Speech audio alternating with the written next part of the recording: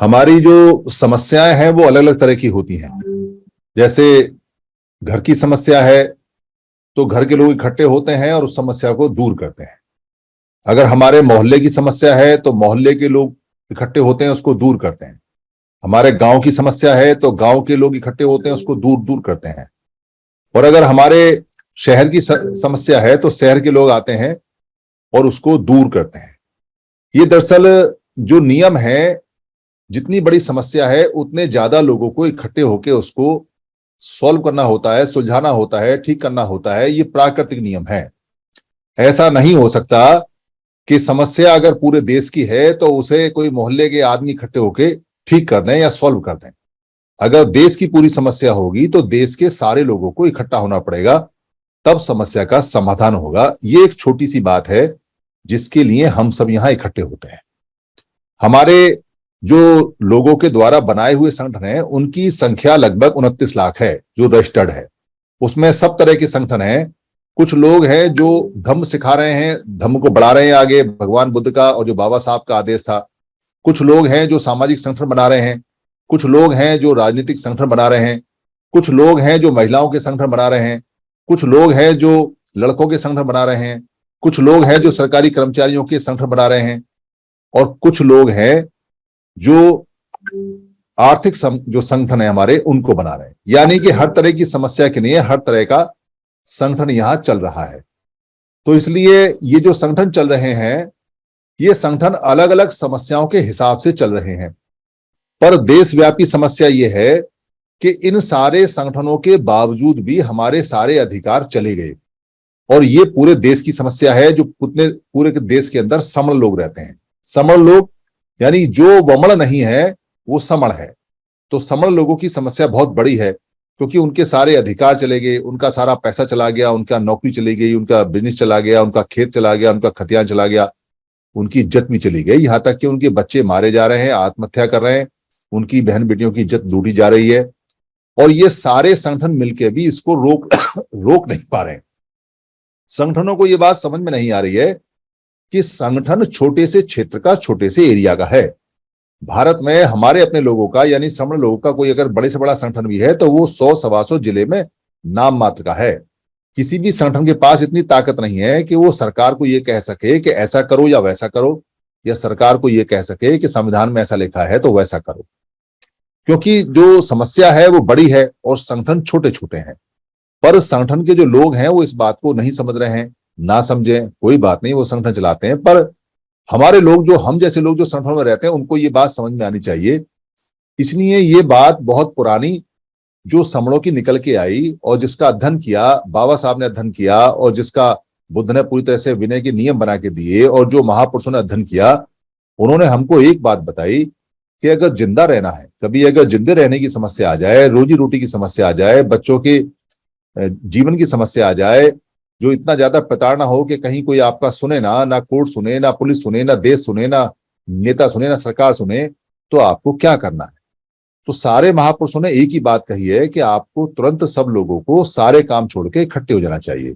सारे काम छोड़ के मतलब अपना ईगो छोड़ दो, अपना अहंकार छोड़ दो, अपना पद छोड़ दो, अपनी पोस्ट छोड़ दो, अपना नेतागिरी का पद लालच छोड़ दो, अपना जो सम्मान मिलता है उसे छोड़ दो। बस एक ही काम करना है, जमीन पे बैठ के सबको इकट्ठे होना है। यही साधु संतों ने कहा कि सबको संगति करनी है, संग संग रहना है। यही बाबा साहब ने कहा कि ऑर्गेनाइज रहना है।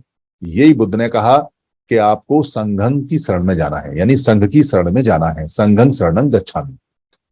तो सारे महापुरुष एक ही बात कहते हैं और इसमें कामयाबी भी मिली है। पहले जब बुद्ध ने संघ के नियम बनाए और संघ बनाया तो पूरे देश और पूरी दुनिया में बुद्ध की बात फैल गई, सिर्फ संघ के कारण। बाबा साहब ने जब लोगों को इकट्ठा किया तो ब्रिटिश सरकार ने उनकी बात मानी। और जब 2 अप्रैल को हमारे लोग इकट्ठे हुए तो उस बात को भी सरकार ने माना। और जब किसान लोग इकट्ठे हुए तो किसान लोगों की भी सारी बात लोगों ने मानी। इसका मतलब इकट्ठे होने में ही हमारी जीत है। और इकट्ठे होने की कोई शर्त नहीं है, क्योंकि समण संघ के अंदर सिर्फ ये कहा जाता है कि आप समण है, आप इकट्ठे हो जाइए। आपका पद, पोस्ट, पैसा क्या है वो समण संघ को नहीं चाहिए। समण संघ को सिर्फ आप चाहिए, क्योंकि आप समण हैं। इसलिए यहाँ सारी चीजें बड़ी समानता की हैं, सारी चीजें बहुत बराबर की हैं। यहाँ कोई भेदभाव नहीं है, यहाँ कोई जाति का जिक्र नहीं कर सकता, यहाँ कोई चंदा नहीं है, चंदे का धंधा नहीं है। ये सारी बातें यहाँ लगातार अच्छी तरह से सब लोग मंथन करते हैं और फिर एक नया नियम जो भी कहीं अगर लगता है गलत तो उसको तुरंत बना लेते हैं। हर महीने बैठते हैं, हर महीने नियम बना लेते हैं। तो ये जो समर संघ है ये लोगों का संघ है, लोगों के द्वारा लोगों के लिए। इसका कोई व्यक्ति जीवन में मालिक हो नहीं सकता।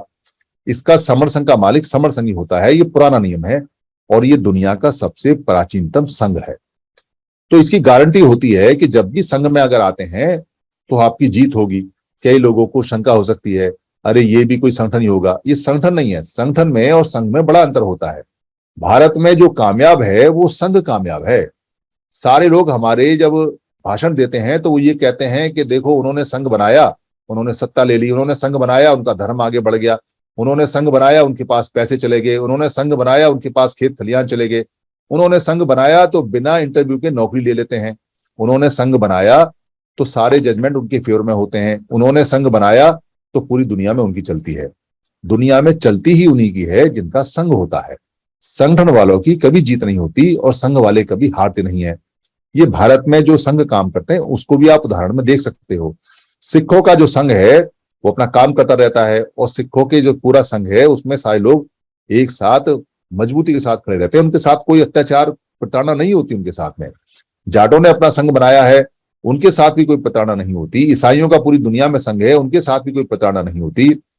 और ये जो मुसलमान लोग हैं इनका भी संघ है, इनकी भी कोई प्रताड़ना नहीं होती। आप ध्यान दोगे कि सारे प्रताड़ना और सारी परेशानियां हमारे साथ हो रही हैं, इनके साथ नहीं हो रही, जबकि ये संख्या में कम है। तो कारण अगर आप जानोगे तो कारण में बहुत सारे लोग कह सकते हैं कि हमारे लोग पढ़े लिखे नहीं है, पर आप तो बहुत पढ़े लिखे हैं, बहुत बुद्धिजीवी हैं।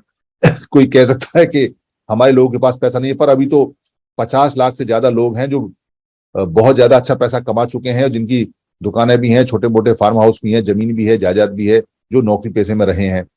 कोई कह सकता है कि ये जितने लोग हैं इनके अंदर कोई ऐसी बात नहीं है कि ये धर्म को मानते हो, तो बुद्ध धर्म को भी बहुत ऐसे लोग मान रहे हैं। पर समस्या का समाधान नहीं हो रहा है, क्योंकि समस्या का समाधान बाबा साहब ने कहा है, जिसकी जितनी संख्या भारी ले जाओ उतनी अपनी हिस्सेदारी, ये संविधान में लिख कर गए हैं। तो बाबा साहब की संविधान में लिखी बात पत्थर की लकीर है, उस पर हमें चलना है। तो हमें इकट्ठे होना है, क्योंकि देश की समस्या है, तो हमें देश के स्तर में पूरी दुनिया में इकट्ठा होना है, पूरे भारत में इकट्ठा होना है, तब हमारी बात मानी जाएगी। समर संघ यही काम करता है। समर संघ सभी संगठनों को कहता है आप इकट्ठे हो जाइए, नेता भी आप रहेंगे, हम आपको अब पैसा देना बंद करते हैं और कोई आपको चंदा नहीं देगा, पर चंदा जब आप मांगोगे तो आपको तब मिलेगा जब आप इकट्ठे होकर आ जाओगे। यानी समर संघ सारे संगठनों को कहता है कि आप इकट्ठे होकर आइए, चंदा ले जाइए, आप ही हमारे नेता रहोगे, क्योंकि समर संघ कभी राजनीति में जाएगा नहीं, ये इसका गोल्डन नियम है। तो जो नेतागिरी करोगे आप ही करोगे, पर इकट्ठे होके आओ। इस इकट्ठे होने की शर्त को और इसको पूरा करने के लिए समर संघ अपनी पूरी ताकत लगा रहा है और हजारों लाखों लोगों ने अब चंदा देना बंद कर दिया है।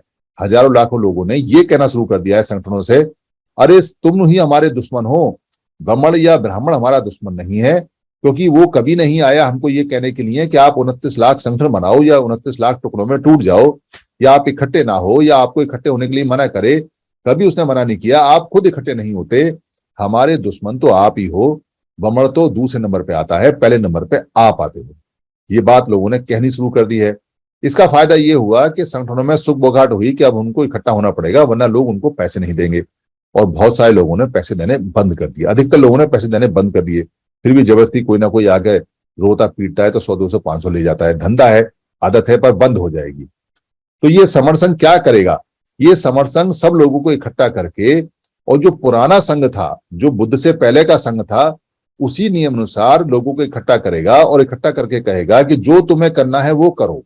चाहे राजनीति करो, चाहे व्यापार करो, चाहे खेत खलियान करो, चाहे कृषि करो, चाहे इंडस्ट्री लगाओ, चाहे नौकरी करो, चाहे खेलो, चाहे कूदो, चाहे आर्ट का काम करो, कुछ भी काम करो, पर सब काम के लिए इकट्ठा होना जरूरी है। इसलिए सबसे पहले इकट्ठे होंगे। तो यहां सिर्फ एक काम होता है, जुड़ने का और जोड़ने का। और ये बात हमें समझ में आ गई कि जुड़ेंगे तो जीतेंगे और जो लोग नहीं जुड़ेंगे वो मारे जाएंगे।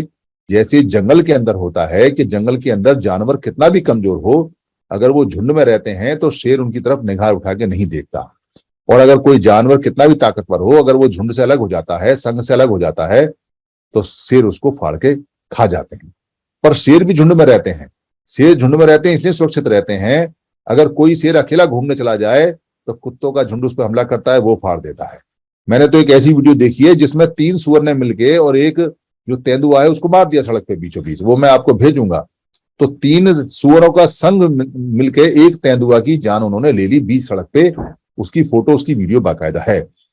तो संघ में बड़ी ताकत होती है। छोटी सी मधुमक्खी भी जो होती है, जो संघ में रहती है, उसके छत्ते में भी कोई हाथ नहीं डालता। हमारे पिटने का कारण यह है कि हम संघ में नहीं है। अगर आप ध्यान दोगे और लेटेस्ट घटना में जाओगे तो हम बार बार बता रहे हैं कि हमारे बच्चों की हत्याएं होंगी, हमारे बच्चों के साथ बलात्कार होगा, हमारे लोग आत्महत्याएं करेंगे। क्यों करेंगे? क्योंकि इसकी जिम्मेदारी 29 लाख संगठनों की है। वो सारी दुनिया को ये पता है, पूरे भारत के बाकी लोग जो दुश्मन, उनको ये पता है कि ये तो अलग अलग हैं।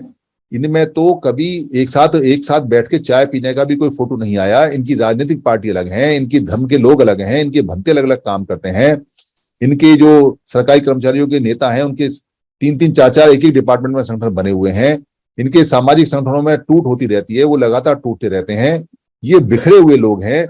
बिखरे हुए लोग हमेशा मारे जाएंगे, हमेशा पिटेंगे, उनके बच्चों के साथ बलात्कार होगा, उनको नौकरी नहीं मिलेगी, उनको पैसा नहीं मिलेगा। और जो इकट्ठे लोग हैं उनका कोई कुछ नहीं कर सकता। सिख सिर्फ 2 करोड़ है पूरे भारत में, इकट्ठे रहते हैं। अगर सिख पूरे भारत में कहीं अकेला भी होगा तो भी उसके बच्चे को कोई छेड़ नहीं सकता, उसकी लड़की की तरफ कोई आंख उठा के नहीं देख सकता। चाहे विदेश में भी जाएगा तो भी नहीं देख सकता, क्योंकि उनका संघ है। उन्हें पता है कि अगर एक भी सिख को यहां कुछ किया तो 2 करोड़ सिख एक साथ हैं, वो सड़कों पे आ जाएंगे और सरकार को जवाब देना पड़ेगा। उनका संगठन, उनका संघ बड़ा मजबूत है। हमारा उससे भी ज्यादा मजबूत था जब हम सम्राट अशोक के समय राजा थे, और जब हम सुदत्त जैसे बहुत बड़े व्यापारी थे, और जब हम सारा काम हम दिखा करते थे और विश्व गुरु थे। वही पोजीशन लाने के लिए और वही बात करने के लिए ये समर संघ काम करता है। और इस समर संघ में जुड़िए। संघ नमामि। धन्यवाद।